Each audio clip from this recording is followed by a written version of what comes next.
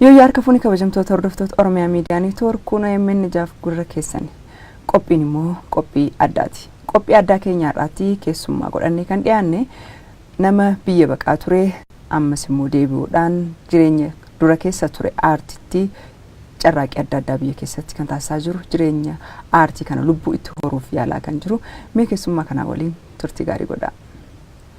Hayya Soolan anaa dhufu bagana gaandafte. Galatoomi bagana gaanneetan. Tole mee daawwattoota keenyaaf Soolan eenyu of beeksisi? Soolan egaa akkuma beekamu baqataadhaan jedhu baqataan biyyan qabu waan ta'eef dargaggoo Oromoo tokkodha kan biyya isaa irratti baqatee biyya Oromaa keessatti sababa garaagaraatiin bu'aa bayii garaagaraa keessa darbee bu'aa bayii keessa darbee sana immoo tarii uummata Oromoo barsiisee amma tokko baqiinsa irraatii oolchaa laata jechuudhaan fiilmii dookumantarii tokko hojjetee gara biyya isaatiitti as galagalee tokkodha.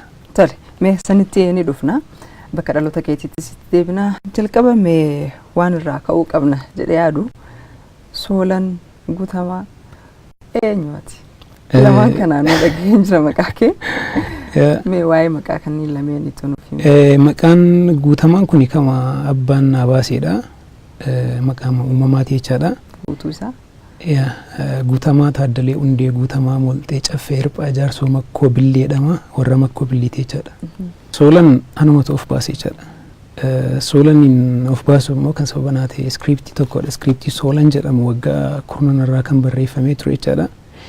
Iskiriiptii sana irratti Soolan daa'ima xiqqaa lafaa ol ka'u tokko jireenya bu'aa bayii jireenyaa keessa darbee amma ol ba'utti kan hojjetamu jechaadha. Soolan jechuun hiikkamti isaa ol adeemaa jechaadha nama ol guddatu jechaadha. Soolanee kan Daawit jedhee sirbu sana jechaadha. Soolanee jechuun dubartii ol guddattu, Soolan immoo dhiira ol guddatu jechaadha. Sanarraan Soolan jedhee iskiriiptii sanatti maqaa moggaasee ture. Achumaanan maqaa kiyyallee Soolan of godhee jechaadha. Maqaa kee duraa hoo? Guutamaa Taaddalee akkuma jirutti ta'e jechaadha. Hayyaa ta'u. Mee haala hojii isaa keessatti ammas imala jireenya isaa keessatti Soolan eenyu?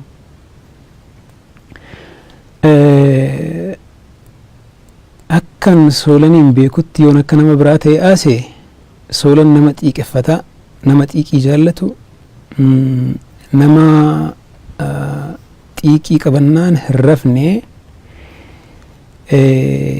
nama waan jedhe tokko galmaan gahuuf tattaafatu akkasitti nan ilaala Soolaniin. Osoo biyyaan bahin dura maal hojjechaa turte? Odoon biyyaan bahin barnoota nan baradhan ture itti dabalammoo gaafan xiqqooshee umuriin koo gara 18 ga'u leenjii maarshaal aartii waggaa 5 ofii kootii fudhadhee waggaa 5 waggaa 6 sana booda ofii koofis mana ispoortii baneen leenjisaa ture barattoota hedduun qaban ture xiqqaate gara barataa 250 300 kan ta'uun qaba ture manni barnootaa koo sun egaa haala yeroo sana tureen maaliif hin jedhamu hin cufame barattoonni koos kaan hin hidhamanii kaan hin reebamanii kaan hin caccabsamanii anis akkasumatti biyya irraatii ari'atame jechaadha. Sababni biyya ba'uu kee kana jechuudha? Yaa sababni biyya ba'uu kana. Mee yeroo baatu akkam ture haalli itti baate eessas ture kan deemte? Haalli ittiin ba'e baay'ee rakkisaa ture. Oromoon gaafa daangaa qaxxaamuru daangaa hundumaatiin sakatta'insaatu jira.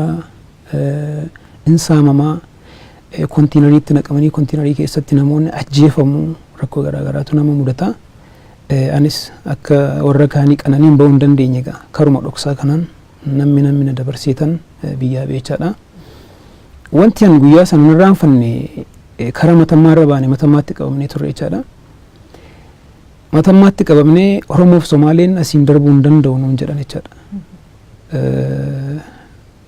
Maaliif ennaan wanta isaan gaafa sana nuun jedhan jeestaa amma dubbachuu hin barbaadu garuu jecha baay'ee hin barbaachisanidha kan isaan nuun jedhanii.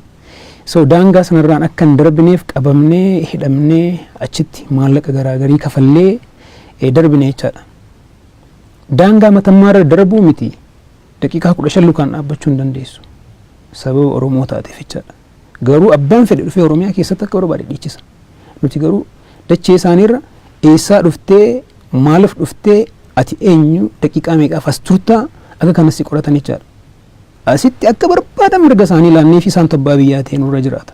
Dachee isaanii irra garuu daqiiqaa 15 dhaabbachuu hin dandeessu. Gibira kaffalta daqiiqaa 15 dachee isaanii irra dhaabbannaan jechuudha.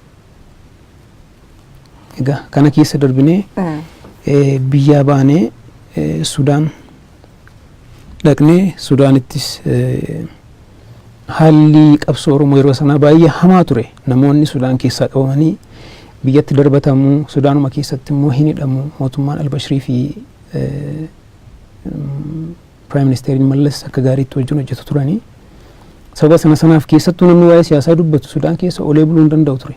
Kanaaf lubbuu kee gurgurtee Saaraatti baqachuun murteessaadha jechaadha, deezertiitti. Sudaan keessa baatii muraasa tureen gara deezertii deeme, gara gammoojjii Saaraa. Gammoojjii Saaraa keessa guyyaa 16 fi halkan 16 deemnee konkolaataadhaan sana booda bakka Baangaazii jedhamu geenye jechaadha.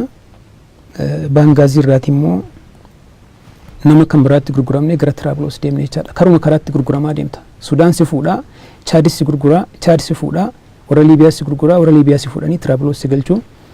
Eega Tiraabiloos galtee illee akkuma ceelalluu dhokachaa jiraatte jechaadha. Morma gabbaafatta yeroo si dhufu ol seenta, morma gabbaafatta yeroo si dhufu ol seenta akkana jiraatte jechaadha.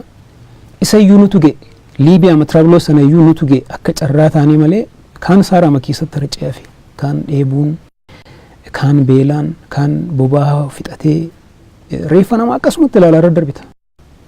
Namni ni du'a dhagaa asiif achi suuqanii gidduu kana nama awwaalu biyyee daddachaasu yeroo qilleensi xiqqoo dhufee irraa hafuuf reeffi nama akkanatti goggogee lafa tattaa'e jechaadha. Walumaa galatti waggaa meeqa turte kan hangam turte? Almost gara waggaa 8 jechaadha kanan ture.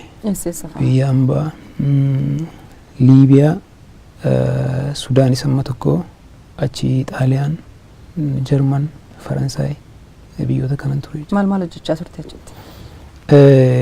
An dhugaa dubbachuuf jiruma takkoo irratti hin bobbaane bakkuma dhaqutti rakkoo biyya keenya keessa jiruu fi uummanni Oromoo achitti maaltu isa mudata kan jedhu wal bira qabee waama uummataa irratti waama hawaasaa irratti hojjechaa ture.